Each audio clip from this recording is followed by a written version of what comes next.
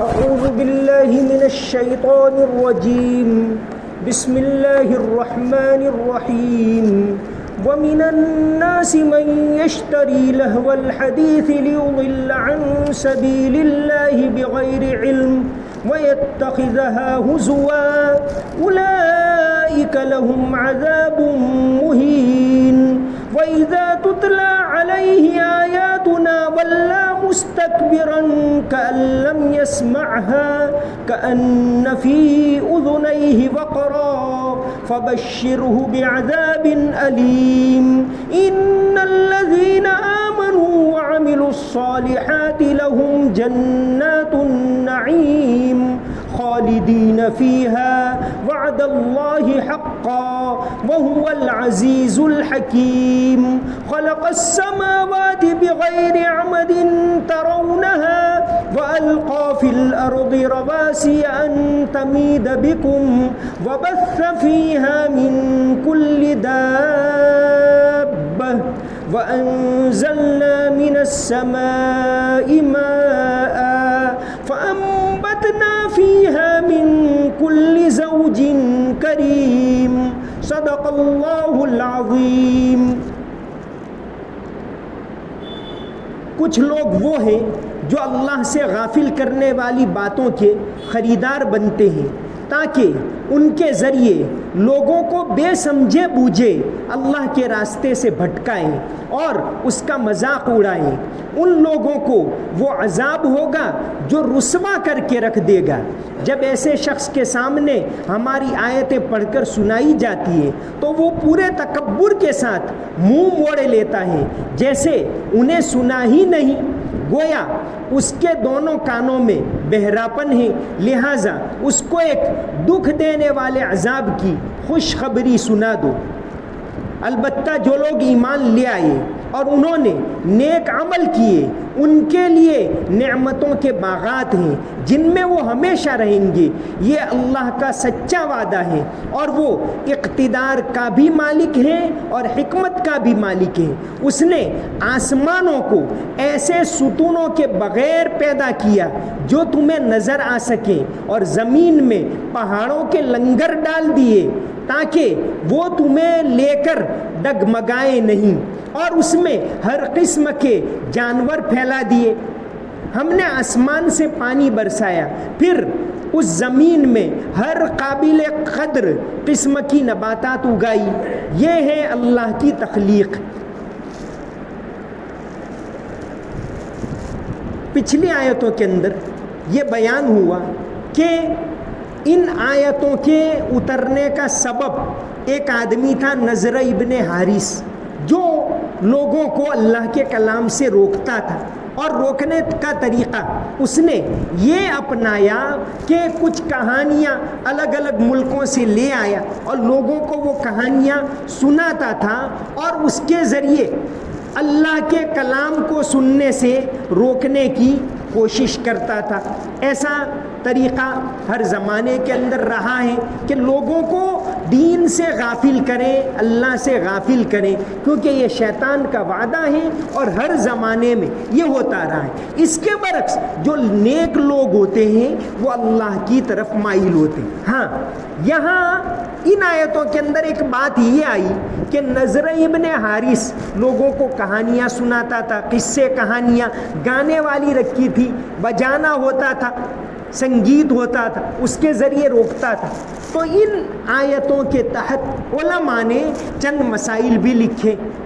پہلی بات یہ کہ میوزک دین اسلام میں حرام، کون سے کھیل حرام ہیں، کون سے کھیل جائز ہیں، اس کو بھی ہمیں دیکھنا ہوگا. تو یہاں مفتی شفیع صاحب نے بہت تفصیل سے اپنی معارف القرآن کے اندر لکھا ہے کہ کون سے کھیل جائز ہیں، کون سے ناجائز ہیں. اسی طرح مولانا تقی عثمانی صاحب نے آسان ترجمہ قرآن میں اور ساتھ ہی ساتھ معالم العرفان کے اندر بہت تفصیل سے اس کے اوپر گفتگو کی گئی. مفتی شفیع صاحب نے لکھا ہے، چونکہ حضرت علی رضی اللہ عنہ کا قول ہے، ربح القلوب ساعتا بعد ساعت فإن القلوب اذا اکرہا عمیہ، کہ انسان عبادت بھی کرے گا، ذکر بھی کرے گا تو اکتائے گا، ایک کام سے انسان اکتاتا رہتا ہے تو اس کو کچھ دل لگی چاہیے، کچھ تفریح چاہیے۔ تو حضرت علی رضی اللہ عنہ کا قول ہے کہ ربح القلوب ساعتا بعد ساعت، کہ دل کو وقتاً فوقتاً تفریح کا سامان مہیا کرتے رہو، المقاصد الحسنہ کے اندر یہ حضرت علی کا قول ہے۔ تو بہت سے کھیل ایسے ہیں، کھیلنا بچوں کا حق ہے، ان کو بعض مرتبہ ہم لوگ پڑھنے میں اتنے مشغول کر دیتے ہیں، اسکول کی تعلیم میں اتنے مشغول کر دیتے ہیں کہ ان کو کھیلنے بھی نہیں جانے دیتے، حالانکہ یہ منع ہے، کھیلنا بھی بچوں کا حق ہے، بلکہ تفریح بڑوں کا بھی حق ہے۔ اللہ تبارک و تعالیٰ نے روزے رکھے ہیں تو کھانا پینا بھی رکھا ہے، عبادت رکھی ہے تو کمانا بھی رکھا ہے، گھر والوں کے ساتھ رہنا بھی رکھا ہے، تو یہ ساری چیزیں دین کے اندر ہیں۔ تو مفتی شفیع صاحب نے لکھا ہے کہ اشعار کو گانا بغیر میوزک یہ تو دین کے اندر جائز کام ہے، جیسے بعض نظمیں گاتے ہیں، ایسی نبی کریم صلی اللہ علیہ وسلم کی شان میں، یا ایسی چیزیں جو زندگی کا سبق سکھائے، اس کو تو پڑھنا چاہیے۔ حدیث شریف کے اندر آتا ہے، نبی کریم صلی اللہ علیہ وسلم کا فرمان ہے، حضرت ابن عباس رضی اللہ عنہ سے ابو داود میں حدیث مروی ہے کہ ان من الشعر لحکمۃ، بعض اشعار حکمت کی باتیں سکھاتے۔ تو اشعار پڑھنا، سننا، سیکھنا، سکھانا یہ بھی ایک زندگی کا حصہ ہے۔ حضرت عائشہ رضی اللہ عنہا سے مروی ہے کہ آپ صلی اللہ علیہ وسلم فرمائش کرتے تھے کہ عائشہ اشعار سناؤ، تمہارے فلاں اشعار سناؤ، شکر کے بارے میں اشعار سناؤ، تو میں آپ صلی اللہ علیہ وسلم کو اشعار سنایا کرتی تھی۔ یہ حدیث حضرت عائشہ رضی اللہ عنہا سے طبرانی المعجم الصغیر کے اندر مروی ہے۔ تو یہ دل کو تفریح پہنچانا یہ بھی زندگی کا ایک حصہ ہے۔ ہمارا دین خشک نہیں ہے، اور اسی کے تحت معالم العرفان جو اردو کی بہت بڑی تفسیر ہے، اس کے اندر ہے کہ دوڑ کا مقابلہ، آپ صلی اللہ علیہ وسلم نے خود دوڑ کا مقابلہ کیا ہے، بلکہ حضرت عائشہ رضی اللہ عنہا کے ساتھ بھی کیا ہے، اور آپ نے یہ بتایا۔ تو معالم العرفان کے اندر ہے کہ دوڑ کا مقابلہ، تیر اندازی، سائیکل، گاڑی وغیرہ چلانا سیکھنا یہ ایک زندگی کا حصہ ہے، اور یہ دین کے خلاف نہیں ہے۔ مفتی شفیع صاحب نے یہاں کشتی، تیراکی، دوڑ وغیرہ کے بارے میں لکھا ہے کہ یہ کھیل بچوں کے لیے بلکہ ایک اصول، مفتی تقی صاحب نے تو اصول بنا دیا کہ جو بھی چیز اللہ سے غافل نہ کرے، فرائض سے غافل نہ کرے، اور دین کے خلاف نہ ہو، جیسے جوا وغیرہ اس کے اندر نہ ہو، اور اس کھیل کے اندر کوئی جسمانی فائدہ ہو یا ذہنی ورزش ہو، تو وہ کھیل شریعت کے اندر جائز ہے۔ مفتی تقی صاحب نے اپنی آسان ترجمہ قرآن، مفتی تقی صاحب نے آسان ترجمہ قرآن کے اندر لکھا ہے کہ جس میں جسمانی فائدہ ہو یا ذہنی فائدہ ہو وہ کھیل جائز ہے، بشرطے کہ وہ شریعت کے خلاف نہ ہو، اس کے اندر جوا نہ ہو۔ تو یہاں اس آیت کے تحت کہ یہاں نضر ابن حارث نے جو قصے کہانیاں سنایا، اس آیت کے تحت علماء نے ان باتوں کے بارے میں بحث کیے۔ ایک کتاب ابھی چھپی ہے، عہد نبوی کی شاعری، عبد الحمید اطہر کر کے ایک بڑے عالم ہیں، انہوں نے لکھی ہے۔ 500 شاعر، آپ صلی اللہ علیہ وسلم کے زمانے کے 500 شاعر، ان کے اشعار اور ان کے حالات اس کتاب کے اندر لکھے گئے۔ تو یہ زندگی کا حصہ ہے کھیل، بچوں کو تفریح کے لیے ان کا ایک وقت ہونا چاہیے جس کے اندر بچے کھیلیں۔ کھیل کا میدان مہیا کرنا یہ دین کے خلاف نہیں ہے، بلکہ یہ دین کا ایک حصہ ہے۔ ہاں، ان کو یہ سارے آداب سکھائے جائیں کہ وہ نماز سے غافل نہ ہو، جوا اس کے اندر نہیں ہونا چاہیے، سٹا لگاتے اس سے روکنا چاہیے، بلکہ سختی سے روکنا چاہیے۔ لیکن جو کھیل جسمانی اور ذہنی ورزش کا ذریعہ ہے، یہ کھیل تو بچوں کو سکھانے چاہیے، ورنہ اس کے بغیر بچے بزدل ہو جاتے ہیں. بچے جو ہیں ان کے اندر جذبہ نہیں رہتا، ان کے اندر ولولہ نہیں رہتا، ان کے اندر جسمانی طاقت نہیں رہتی. تو یہ ساری چیزیں ہمارے دین کا حصہ ہیں، اور اس آیت کے تحت علماء نے ان کا تذکرہ کیا ہے. تو فرمایا کہ جو لوگ ایسا کرتے ہیں وَمِنَ النَّاسِ مَن يَشْتَرِي لَهْوَ الْحَدِيثِ وَيَتَّخِذَهَا هُزُوًا، کہ اس کو ٹھٹھا کا ذریعہ بناتے، مذاق اڑاتے. اولئک لہم عذاب مہین، ان کے لیے رسوا کرنے والا عذاب ہوگا. کہ دنیا کے اندر وہ اہل ایمان کا ٹھٹھا اڑاتے، جیسے آج کل بھی ہے، کبھی قرآن جلاتے ہیں، کبھی ایسی فلمیں جاری کرتے ہیں، کبھی دینی اداروں کے اوپر کبھی ایسی زیادتی ہوتی ہے اور اس کے ذریعے ٹھٹھا اڑاتے ہیں، تو اس کے ذریعے رسوا کرنے کی کوشش کرتے، کبھی نبی صلی اللہ علیہ وسلم کی شان میں گستاخی کرتے. تو دنیا کے اندر تو ان کو برابر اس میں مزہ آ رہا ہے، لیکن اللہ تبارک و تعالی آخرت کے اندر ان کو توہین کرنے والا عذاب مہین، ذلت دینے والا عذاب دیں گے. کہ دنیا میں جب انہوں نے رسوا کیا نبی کریم صلی اللہ علیہ وسلم کی شان میں اس سے ایک ذرہ برابر فرق پڑنے والا نہیں. آپ کی شان تو بہت بلند ہے، لیکن اہل ایمان کو اگر اس کی وجہ سے دکھ پہنچتا ہے، اہل ایمان کو اگر ذلت کا سامنا کرنا پڑتا ہے، تو فرمایا اللہ تبارک و تعالی قیامت کے دن ان کو رسوا کریں گے. وَإِذَا تُتْلَى عَلَيْهِ آيَاتُنَا وَلَّى مُسْتَكْبِرًا، جب ان کے سامنے ہماری آیتیں پڑھی جاتی ہیں تو وہ پیٹھ پھیر کر بھاگتے. جب انسان بے دینی کی طرف مائل ہوتا ہے، گناہوں کی طرف مائل ہوتا ہے، تو اب اس کی طبیعت اچھی بات کی طرف نہیں لگتی. کَأَلَّمْ يَسْمَعْهَا، گویا کہ سنائی نہیں، اس طرح پیٹ پھیر کر بھاگتا ہے. فَبَشِّرْهُ بِعَذَابٍ أَلِيمٍ، اس کو دردناک عذاب کی خبر سنا دو کہ دنیا کے اندر اگر توحید سے منہ پھیرا، دنیا کے اندر اگر رسول صلی اللہ علیہ وسلم کو نہیں مانا، تو آخرت کے اندر دردناک عذاب کا سامنا ہوگا. آگے فرمایا إِنَّ الَّذِينَ آمَنُوا وَعَمِلُوا الصَّالِحَاتِ لَهُمْ جَنَّاتُ النَّعِيمِ، البتہ جو لوگ ایمان لائے اور اچھے کام کرتے ہیں ان کے لیے نعمتوں کے باغات ہوں گے. اللہ تبارک و تعالی جنت دیں گے، اور بہت بڑی جنت. اب دنیا میں تو سمجھ میں نہیں آتا کہ جنت کتنی بڑی ہوگی.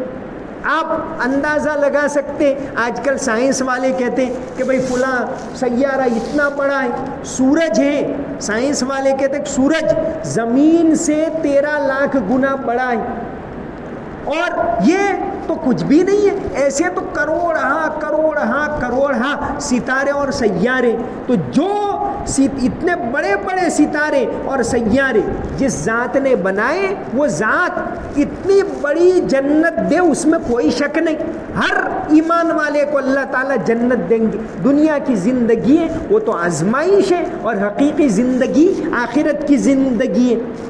حدیث شریف کے اندر آتا ہے، حضرت عبداللہ ابن مسعود رضی اللہ عنہ سے حدیث کہ اللہ تبارک و تعالی جب جنت والوں کو جنت میں داخل کر دیں گے، جہنم والے جہنم میں جائیں گے. پھر جہنم میں جو لوگ ٹیمپریری طور پر گئے ہیں تو مسلمان، لیکن گناہوں کی وجہ سے گئے تو سفارش کی وجہ سے نکالے جائیں گے. اور جس کے دل میں رائی کے دانے کے برابر بھی ایمان ہوگا، اللہ تعالیٰ اس کو جنت میں داخل کرے گا. تو آگے حدیث میں حضرت عبداللہ ابن مسعود رضی اللہ عنہ بیان کرتے ہیں کہ آپ صلی اللہ علیہ وسلم نے فرمایا کہ آخری مرحلے میں جن کو جنت میں داخل کیا جائے گا، جہنم میں سے نکال کر سب سے آخر میں جن کو جنت میں داخل کیا جائے گا، اللہ تعالیٰ فرمائیں گے کہ جاؤ جنت. وہ جائے گا جنت کے دروازے کی طرف. اب اس کا خیال ایسا ہوگا کہ جنت میں تو جگہ ہی نہیں، تو واپس آئے گا، اللہ تعالیٰ سے عرض کرے گا اے اللہ جنت تو بھری ہوئی ہے، جگہ تو ہے نہیں. اللہ تعالیٰ پھر سے کہیں گے کہ جا، تیرے لیے دنیا سے 10 گنا بڑی جنت. تو وہ آدمی کہے گا اے اللہ مجھ گنہگار کا مذاق کیوں کرتا ہے؟ تو اللہ تبارک و تعالیٰ فرمائیں گے واقعی تیرے لیے دنیا سے 10 گنا بڑی جنت ہے. اور راوی حضرت عبداللہ ابن مسعود بیان کرتے ہیں کہ آپ صلی اللہ علیہ وسلم نے جب یہ بات بیان کی تو آپ صلی اللہ علیہ وسلم ہنسنے لگے، یہاں تک کہ آپ کے دانت نظر آئے کہ اللہ تبارک و تعالیٰ کو وہ بندہ کہے گا کہ اللہ تو میرا مذاق کر رہا ہے۔ تو جنت بہت بڑی ہے۔ جو لوگ دنیا کے اندر صبر کے مرحلے سے گزرتے ہیں لیکن ایمان پر جمے رہتے ہیں، دین کے اوپر جمے رہتے ہیں، تو اللہ تعالیٰ اس کو جنت میں ایسی جگہ دیں گے۔ اور یہ دو حصے ہوئے، اس سورت کے پہلے حصے میں بیان کیا گیا کہ قرآن ہدی و رحمت للمحسنین، نیکی کرنے والوں کے لیے اس میں ہدایت ہے، جو لوگ جمے رہتے ہیں، نماز کو قائم کرتے ہیں، زکوٰۃ ادا کرتے ہیں اور نیکی کے انتہائی درجے پر پہنچے ہوئے، آخرت کے اوپر یقین رکھتے۔ یہ سورت کا پہلا حصہ۔ پھر دوسرا ٹکڑا آیا، اس میں فرمایا کہ اس کے برعکس بعض لوگ ایسے ہوتے ہیں، یعنی بعض لوگ قیامت تک یہ پیش آتا رہے گا کہ روکیں گے، رکاوٹ بنیں گے، دنیا کی طرف مائل کرنے کی کوشش کریں گے، لیکن تم ایمان کے اوپر جمے رہنا۔ اب آیت کا یہ اس سورت کا تیسرا ٹکڑا بیان ہوتا ہے کہ بھئی دیکھو، لوگ تو تم کو بھلے روکتے رہے، اللہ کی توحید کی نشانیاں تم اگر دیکھو گے تو اللہ تبارک و تعالیٰ کو پہچان لو گے۔ تو یہاں آگے اللہ تبارک و تعالیٰ کی توحید کی چند نشانیاں بیان کی، فرمایا خلق السماوات بغیر عمد ترونها۔ پہلی نشانی، آسمان تم دیکھتے ہو، کوئی ستون نظر آتا ہے؟ کوئی ستون نظر نہیں۔ بھائی سورج ہے، اتنا بڑا ہے کہ بھائی آج کل تو کچھ نہ کچھ تحقیق کہ اتنا بڑا، زمین سے 13 لاکھ گنا بڑا، اس کا کوئی سپورٹ ہے؟ بھائی ٹیکا، ہم یہ چھت بناتے تو سپورٹ دینا پڑتا ہے، اس کے بغیر تو رہتی نہیں ہے چھت۔ تو اتنی بڑی کائنات کس کے سہارے کھڑی ہے؟ اللہ تعالیٰ نے پہلی نشانی بیان فرمائی خلق السماوات بغیر عمد ترونہ، کہ اللہ تعالیٰ نے آسمانوں کو ایسے ستونوں کے بغیر پیدا کیے جو تمہیں نظر آ سکے۔ اب یہاں کہ آسمان، اس آیت کے دو ترجمے ہوتے ہیں، یعنی آیت سے دو باتیں نکلتی۔ ایک تو یہ کہ آسمان کے ستون ہی نہیں، اس کا سپورٹ ہی نہیں ہے، یا دوسرا یہ کہ ہے لیکن تم کو نظر نہیں آتا، سپورٹ تو ہے لیکن تم کو نظر نہیں آتا۔ تو صدیوں پہلے حضرت عبداللہ ابن عباس رضی اللہ عنہ نے، اور اسی طرح صدیوں پہلے حضرت اکرمہ نے اور عبداللہ ابن عباس رضی اللہ عنہ نے اس کو بیان کر دیا کہ اللہ تبارک و تعالیٰ نے آسمان کے سپورٹ تو رکھے لیکن تم کو نظر نہیں آتا، اور وہ سپورٹ ایسا نہیں کہ ہم دیکھیں بھائی جیسے یہ سپورٹ ایسا ہے، جیسے آج کل سائنس والے کہتے ہیں کہ اس کے اندر ایک میگنیٹک کشش ہے، سارے ستارے سیارے ایک دوسرے کی میگنیٹک کشش، اس کو گریویٹی کہتے ہیں، اس کے ذریعے ایسے جکڑے ہوئے کہ زمین ایک خاص فاصلے پر ہے سورج، اگر قریب جائے تو جل جائے، زیادہ دور جائے تو انتہائی ٹھنڈی ہو جائے، تو دونوں ایک دوسرے کے اٹریکشن سے جڑے ہوئے۔ تو دونوں کے اندر جو اللہ تعالیٰ نے سپورٹ رکھا ہے وہ اٹریکشن ہے، ایک کشش ہے، ایک گریویٹی ہے، وہ جس دن ختم ہو جائے گی، ایک کڑی ختم، ساری کائنات ختم، سب ایک دوسرے کے ساتھ جڑے ہوئے۔ جب اللہ تبارک و تعالیٰ چاہیں گے ایک کڑی ہٹا لی، سارا درہم برہم ہو جائے گا۔ تو اللہ تعالیٰ نے یہاں فرمایا کہ اللہ کی نشانیوں کو دیکھو۔ حدیث شریف کے اندر آتا ہے، حضرت ابن عباس رضی اللہ عنہ سے مروی ہے بخاری شریف کی کتاب التفسیر کے اندر، کہ حضرت ابن عباس رضی اللہ عنہ نے چاہا، آپ صلی اللہ علیہ وسلم کے چچا زاد بھائی، کہا کہ میں دیکھوں کہ آپ صلی اللہ علیہ وسلم رات کی نماز کیسے پڑھتے ہیں، کتنے بجے اٹھتے ہیں، کیا کرتے ہیں۔ رات کی نماز ہے وہ بڑی اہم نماز، 5 فرض نمازوں کے بعد اگر سب سے اہم نماز ہے تو تہجد کی نماز ہے، تو کم سے کم رمضان کے مہینے میں تو اس کا اہتمام کرنا چاہیے۔ تو حضرت عباس رضی اللہ عنہ گئے مسجد کے اندر، آپ صلی اللہ علیہ وسلم کے گھر میں گئے، ان کی خالہ تھی حضرت میمونہ رضی اللہ عنہ، ان کے گھر چلے گئے۔ آپ صلی اللہ علیہ وسلم رات کو اٹھے. حضرت عباس بیان کرتے ہیں کہ آپ صلی اللہ علیہ وسلم رات کو اٹھے, پچھلی رات کو, تو آسمان کی طرف منہ پر ہاتھ پھیرا اور آسمان کی طرف نگاہ کی, اور وہ سورہ آل عمران کی آیتیں پڑھی, ان فی خلق السماوات والارض واختلاف اللیل والنہار لآیات لأولی الالباب, کہ اللہ تبارک و تعالیٰ نے یہ پوری 10 آیتیں پڑھی. اس میں یہ ہے کہ اللہ تبارک و تعالیٰ نے آسمان و زمین بنائے ہیں, یہ اس کی قدرت کی نشانیاں ہیں, اللہ کو پہچاننے کی نشانیاں ہیں. ربنا ما خلقت ھذا باطلا, اے اللہ تو نے یہ سب بیکار تو پیدا نہیں کیا. اور پھر اللہ تعالیٰ سے دعائیں ان آیتوں کے اندر, تو وہ آیتیں آپ صلی اللہ علیہ وسلم نے پڑھی. تہجد کے وقت آپ یہ آیتیں پڑھتے تھے, اور ایک حدیث میں تو آتا ہے کہ آسمان کی طرف نگاہ کر کے آپ صلی اللہ علیہ وسلم یہ آیتیں پڑھتے تھے. تو اللہ تعالیٰ نے کائنات کے اندر بے شمار نشانیاں رکھی ہیں اس کو پہچاننے کی. تو فرمایا پہلی نشانی خلق السماوات بغیر عمد ترونہا, کہ اس نے آسمانوں کو بغیر ایسے ستون کے پیدا کیا جو تم کو نظر آئے. مولانا نے بہت اچھا ترجمہ کر دیا ہے مفتی تقی صاحب نے, جس کے اندر دونوں باتیں آ گئی. اس نے آسمانوں کو ایسے ستونوں کے بغیر پیدا کیا جو تمہیں نظر آ سکے.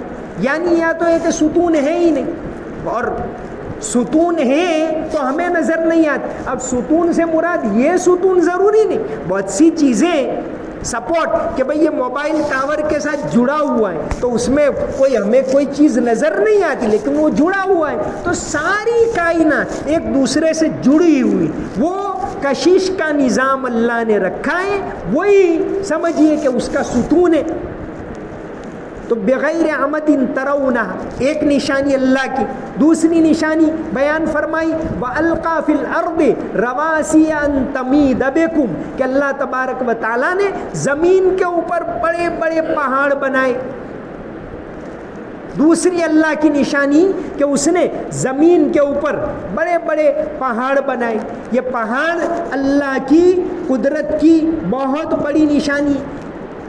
سورہ فاتر کے اندر ہے وَمِنَ الْجِبَالِ جُدَدٌ بِيضٌ وَحُمْرٌ مُخْتَلِفٌ أَلْوَانُ, کہ ارے دیکھو زمین کے اوپر الگ الگ رنگ کے پہاڑ ہیں. بعض پہاڑ ہوتے ہیں وہ سرخی مائل ہوتے ہیں, بعض پہاڑ ہوتے ہیں ایک دم بلیکش سیاہ ہوتے ہیں, بعض پہاڑ ہوتے ہیں وہ ایک دم روشن نظر آتے. تو یہ پہاڑ اتنے بڑے بڑے پہاڑ کس نے بنائے؟ کسی انسان نے بنائے, کسی سائنٹسٹ نے بنائے, کسی جن نے بنائے, اللہ تعالیٰ نے بنائے. تو دوسری نشانی بیان فرمائی. پہلی کہ بھئی آسمان کو دیکھو, ایسی نشانیاں جو ہر انسان کو نظر آ جائے. تو پہلی اس کی نشانی بیان فرمائی آسمان. دوسری نشانی پہاڑ. کتنے بڑے بڑے پہاڑ ہیں دنیا کے اندر, چھوٹے بڑے ہزاروں پہاڑ ہیں. دنیا کا سب سے بڑا جو پہاڑ ہے, پہاڑی سلسلہ اینڈیز, جنوبی امریکہ کے اندر ہے, 7000 کلومیٹر لمبا. دنیا کا سب سے بڑا پہاڑی سلسلہ ہے اینڈیز پہاڑ, 7000 کلومیٹر لمبا. جیسے ہمارے یہاں یہ ہمالیہ ہے, ہمالیہ کوئی 1 2 5 25 پہاڑ نہیں ہے, 2900 کلومیٹر لمبا پہاڑ ہے ہمالیہ. ادھر نیپال کے اس پار سے لے کر افغانستان تک لمبا پہاڑی سلسلہ ہے. تو فرمایا کہ یہ دنیا کا 6 نمبر کا سب سے بڑا پہاڑ ہے ہمالیہ. پہلے نمبر کا ہے وہ اینڈیز ہے جنوبی امریکہ کے اندر. تو یہ سارے پہاڑ جو ہیں یہ اللہ کی قدرت کی نشانی. اب پہاڑ یوں ہی نہیں ہے, پہاڑوں پر پھر اللہ تعالیٰ نے پانی کا اسٹاک کیا. انسانوں کے لیے پینے کا پانی کا سب سے بڑا جو اسٹاک سمندر ہے وہ تو نمکین پانی, لیکن وہی سمندر اسی میں سے وہ پھر بادل بنتے ہیں, پھر وہ میٹھا بن جاتا. اللہ تبارک و تعالیٰ نے پیوریفیکیشن کا انتظام کیا کہ سمندر میں پانی ہے, نمکین ہے, وہ اوپر اٹھتا ہے تو بالکل پیور ہو جاتا ہے منرل واٹر, پھر وہ برستا ہے. پھر اللہ تعالیٰ نے انتظام کیا ندیوں کے اندر, تالابوں کے اندر, اور ندیوں کو اور تالابوں کو انسان بگاڑ دیتے. تو پہاڑوں کے اوپر اللہ نے انتظام کی کہ پہاڑوں کے اوپر برف ہے. ویسے عقل سے دیکھنے جاؤ تو پہاڑ اونچا ہے, سورج کے قریب ہوا. جتنا اونچا ہو وہاں تو پھر تو گرمی زیادہ ہونی چاہیے، لیکن دنیا کے سارے اونچے پہاڑوں کے اوپر ہندوستان کا بھی پانی کا بہت بڑا اسٹاک ہمالیہ اور پھر بہت سارے پہاڑ ہیں جہاں سے یہ نرمدا نکلتی ہے، یہ پہاڑ ہیں وہاں، یہ سارے پہاڑ ہیں، پہاڑوں کے اوپر سے پانی پگھل کر آتا ہے. تو اللہ تبارک و تعالیٰ کی قدرت کی دوسری نشانی بیان فرمائی. پہلی نشانی آسمان، دوسری نشانی بیان فرمایا کہ پہاڑ. یہ پہاڑ اللہ تعالیٰ کی قدرت کی نشانی ہے.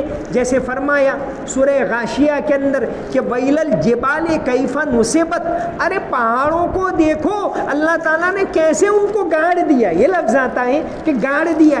کوئی بھی چیز ہوتی ہے جیسے یہ پہاڑ ہیں، جتنے اونچے آپ عمارت جتنی بنائیں گے، انجینئر کہتے ہیں بھائی جیسی عمارت ہوگی اس کا پایا اندر ہوگا اتنا مضبوط، جتنی اونچی اتنا پایا مضبوط چاہیے. تو پہاڑ ہیں جتنے اوپر ہوتے ہیں اندر پھر اس کا پایا ہوتا ہے. یہ سائنسدان اس کو ثابت کرتے. تو اگر اس کے اوپر انسان غور کرے تو اللہ تبارک و تعالیٰ کی قدرت کو پہچانے. تو پہلی نشانی ہے آسمان بغیر ستون کے، ستارے سیارے سارے ایک دوسرے سے دور دور ہیں، ہزاروں نہیں، لاکھوں نہیں، کروڑوں نہیں. کروڑ کا لفظ بھی کم پڑتا ہے، اتنے دور ہیں ایک دوسرے سے، لیکن ایک دوسرے کے ساتھ ایک کشش سے جڑے ہوئے. سورج ہم سے بہت زیادہ قریب ہے، بہت زیادہ قریب ہے، وہ 14 کروڑ کلومیٹر دور ہے. اور کروڑ تو کچھ بھی نہیں، اس کو تو پھر ناپتے ہیں، اس کو لائٹ ایئر کے اندر ناپتے. تو یہ ساری کائنات اگر تم اس کے اوپر غور کرو تو اللہ کی قدرت کو تم پہچان لو گی. آیت کا جو سورت کا چوتھا حصہ حضرت لقمان کی نصیحتیں آئے گی، اس سے پہلے درمیان میں اللہ نے اپنی توحید کی نشانیاں بیان فرمائی کہ تم ان نشانیوں کے اوپر غور کرو اور اس کے ذریعے اللہ تبارک و تعالیٰ کی بڑائی کو پہچانو، اس کی عظمت کو پہچانو، اس کی عبادت کرو. وہی کائنات کو بنانے والا ہے، وہی کائنات کو تھامے ہوئے ہیں، وہی روزی دینے والا ہے، اسی نے یہ ساری چیزیں بنائی. وما علینا الا البلاغ المبین. اللهم صل على محمد وعلى ال محمد وبارك وسلم. ربنا آتنا في الدنيا حسنة وفي الآخرة حسنة وقنا عذاب النار. رب اغفر وارحم وأنت خير الراحمين. یا اللہ ہمارے گناہوں کو معاف فرما، ہماری تمام کوتاہیوں کو معاف فرما. یا اللہ رحمت کا عشرہ چل رہا ہے، ہم پر رحم فرما، کرم فرما، مہربانی فرما. یا اللہ تیری کتنی مہربانیاں ہیں، تو ہمیں کھانا دیتا ہے، یا اللہ تو ہمیں پینا دیتا ہے، یا اللہ ہمیں زبان دی، یا اللہ ہمیں دیکھنے کے لیے آنکھیں دی، یا اللہ پکڑنے کے لیے ہاتھ دیے، چلنے کے لیے پاؤں دیے، بولنے کے لیے زبان دی. یا اللہ یہ ساری تیری نعمتیں ہیں، ہمیں شکر کرنے کی توفیق عطا فرما، تجھے پہچاننے کی توفیق عطا فرما. یا اللہ آخرت کی طرف ہمیں مائل فرما. یا اللہ جنت کی تیاری کرنے کی توفیق عطا فرما. یا اللہ ہر طرح سے عافیت پیدا فرما، سہولت پیدا فرما. یا اللہ ملک کے اندر امن پیدا فرما، عافیت پیدا فرما. یا اللہ آزمائش کے دور کو ختم فرما اور عافیت کے دور کو پیدا فرما. یا اللہ دین کو اس ملک کے اندر عام فرما، قرآن کی تعلیم کو عام فرما. یا اللہ عافیت، امن و امان، سہولت عطا فرما، بیماریوں سے حفاظت فرما. اور یا اللہ تندرستی کے ساتھ تیری عبادت کرنے کی توفیق عطا فرما، رمضان کی قدر کرنے کی توفیق عطا فرما. یا اللہ آئندہ کل جمعہ کا دن ہے، یا اللہ رمضان کا اور جمعہ کا دن بڑا برکت والا دن ہے. یا اللہ اس کی قدر کرنے کی توفیق عطا فرما. اللہم صلی علی محمد وعلی ال محمد وبارک وسلم. سمعنا واطعنا غفرانک ربنا والیک المصیر برحمتک یا ارحم الراحمین.